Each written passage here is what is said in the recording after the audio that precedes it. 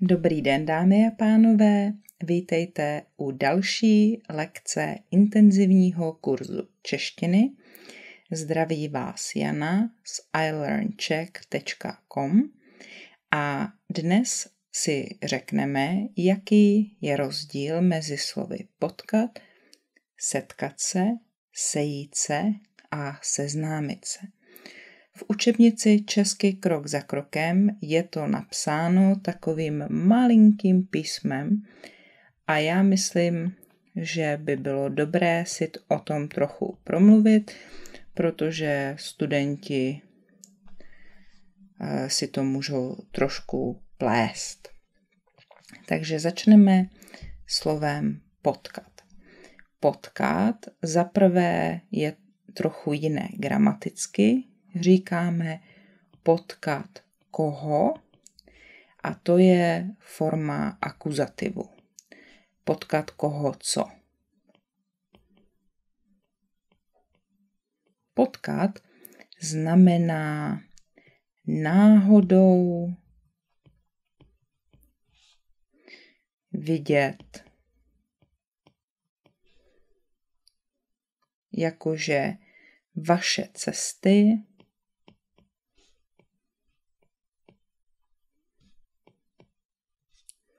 se skřížily.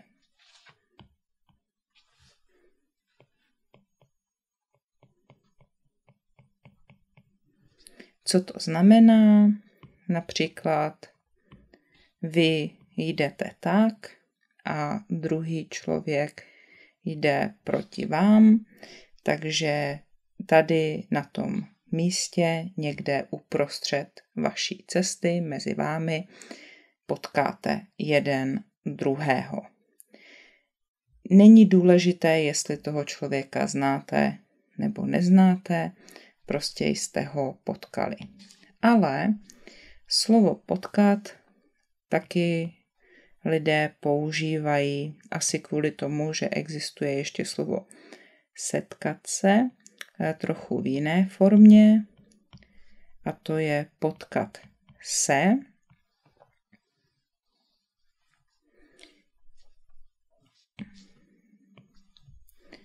Plus s nebo se plus instrumentál. Takže potkat se s kým.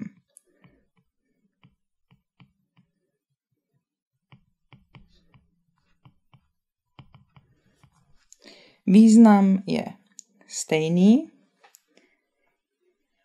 ale může to, myslím, být i plánované. Tak, napíšu nějaký příklad. Cestou do práce jsem potkala kamarádku.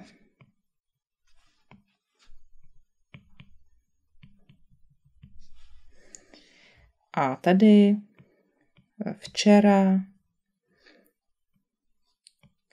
jsem se potkala s kamarádkou.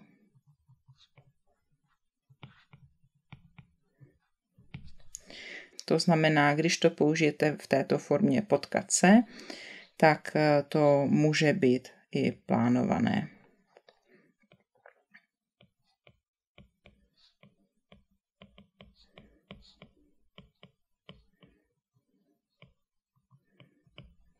No a ještě existuje slovo potkávat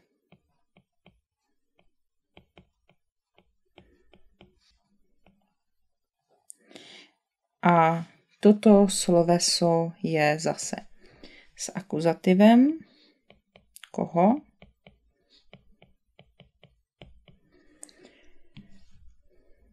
a znamená to někoho pravidelně vídat.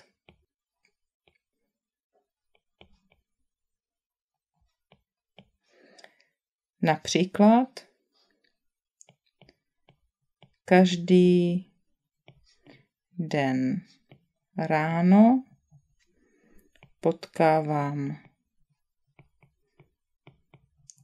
sousedku se psem. Tak, jdeme na další sloveso. Teď se podíváme na sloveso setkat se. Takže setkat se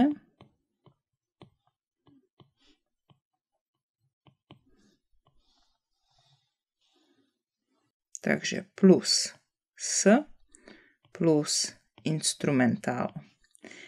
Ale v tomto případě existují i varianty, kdy můžete mluvit o nějaké věci.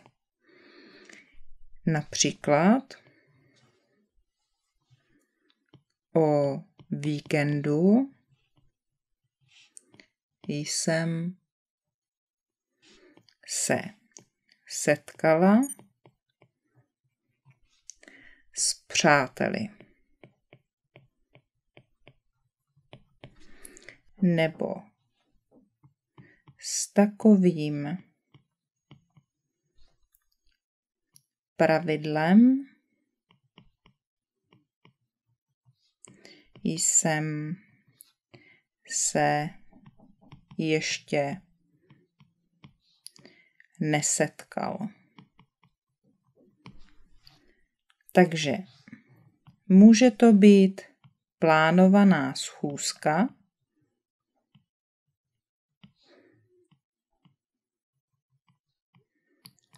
ale může to taky znamenat jako někoho potkat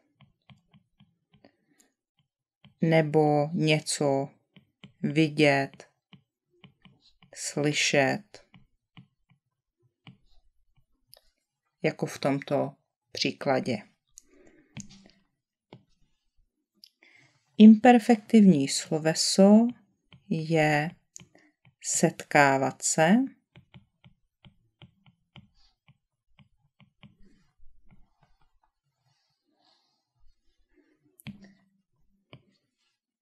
a taky je to plus s plus tím čím.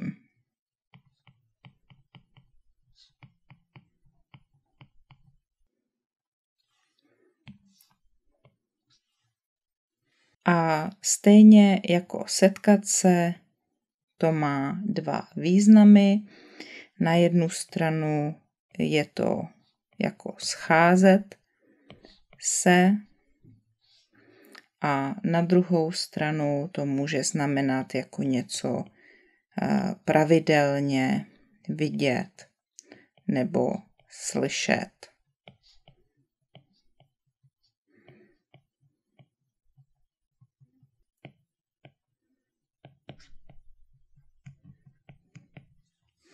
Například setkáváme se často s příbuznými.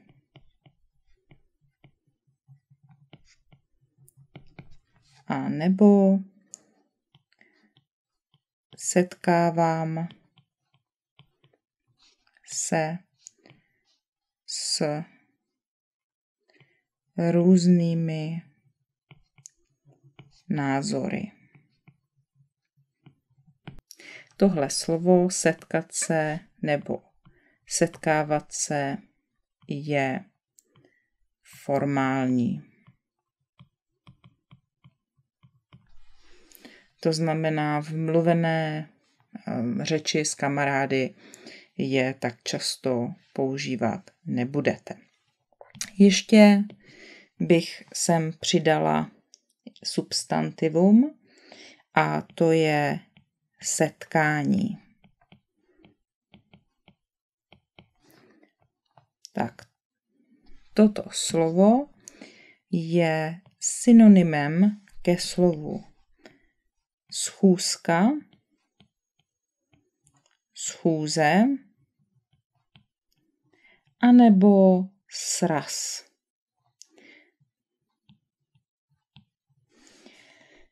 To znamená, Tohle jsou plánované varianty, ale setkání může být taky náhodné, když někoho potkáte, například na ulici. Další na řadě je slovo sejít se. Takže sejít se, zase plus předložka s a plus tím, instrumentál. Sejít se, to je obvykle plánované.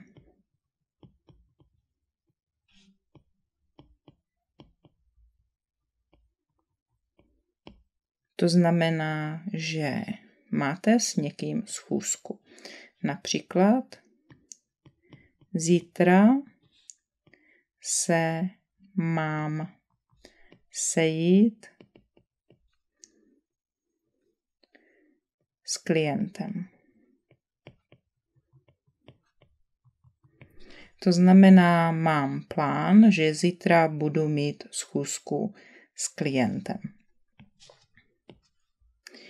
Imperfektivní je sloveso scházet se.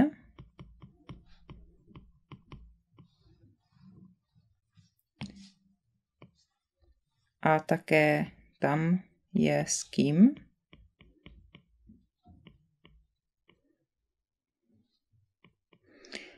A také tam je to plánované, ale je to pravidelné. To znamená pravidelně chodit na schůzku.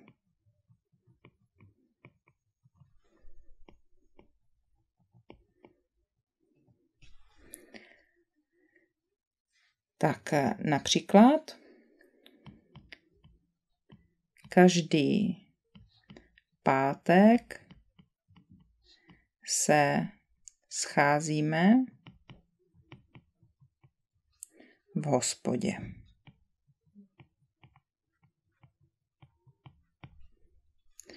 No a od slova scházet se je právě to slovo schůzka, ale to není ještě jediné, protože dále existuje ještě slovo schůze.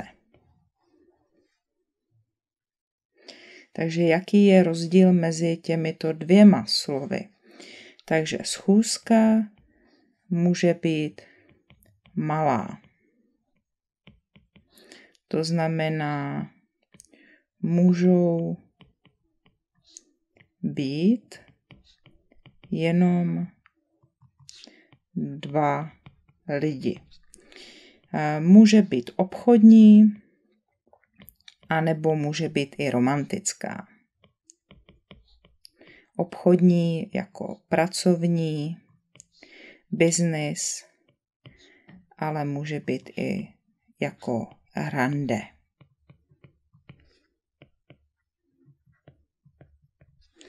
Schůze je velká. To znamená, že obvykle to je hodně lidí.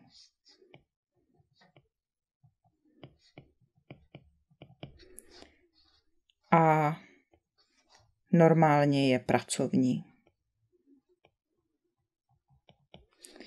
To znamená, že je to jako porada. Například všichni kolegové se sejdou, nebo všichni učitelé ve škole a podobně. No a nakonec slovo seznámit se.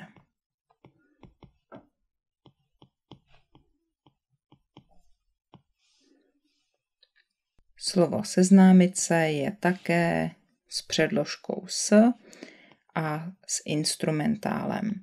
Ale podobně jako setkat se, v případě seznámit se můžeme mluvit i o nějaké věci. Takže s kým nebo s čím. Seznámit se můžeme s člověkem, to znamená poznat nového člověka, představit se.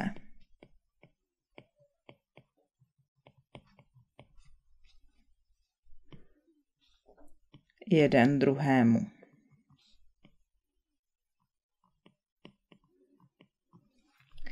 A nebo to může znamenat dostat o něčem informace. Informovat se.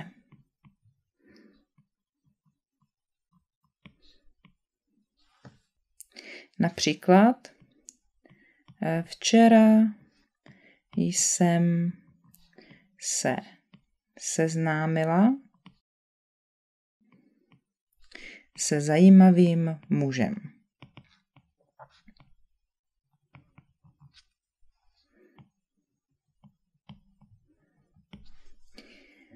Ale taky například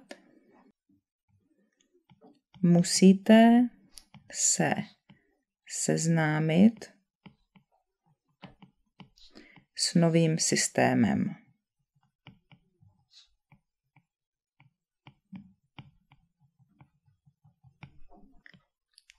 Seznámit ale taky může být bez se.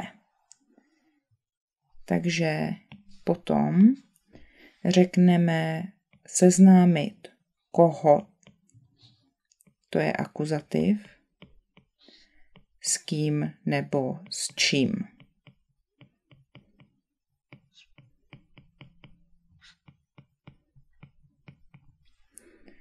Například seznámila jsem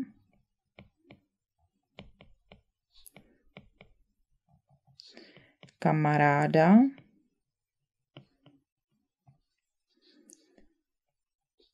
s jeho manželkou. To znamená, že já jsem představila kamaráda jeho manželce. Díky mně jeden druhého poznali. No a tady potom jsou imperfektivní slovesa seznamovat se nebo seznamovat. Tak já nebudu už psát to slovo seznamovat, protože to je jako seznámit, jenom to děláte pravidelně, ale seznamovat se napíšu. Takže taky je to s kým, čím,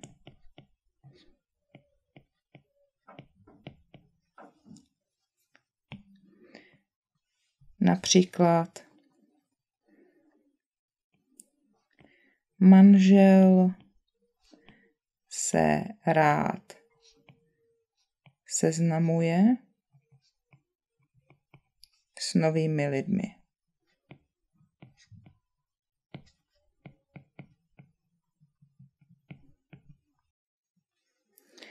No a od slova seznámit se existuje slovo seznamka a to může být aplikace nebo webová stránka, nebo to může být v novinách. Já prostě napíšu místo, kde se lidé seznamují.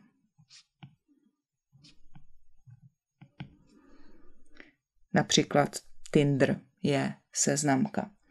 Možná, že znáte také slovo seznam, ale to má jiný význam, jiný smysl, takže o tom tady teď mluvit nebudu. Tak doufám, že pro vás tohle bylo zajímavé a užitečné. Jestli se vám to video líbilo, prosím dejte like, sdílejte a přihlaste se k odběru novinek. Jestli můžete, podpořte mě taky přes super díky nebo se staňte mými patrony na Patreonu. Díky moc a přeju hezký den. A zítra už bude téma detektivka a kriminalita. Naschledanou.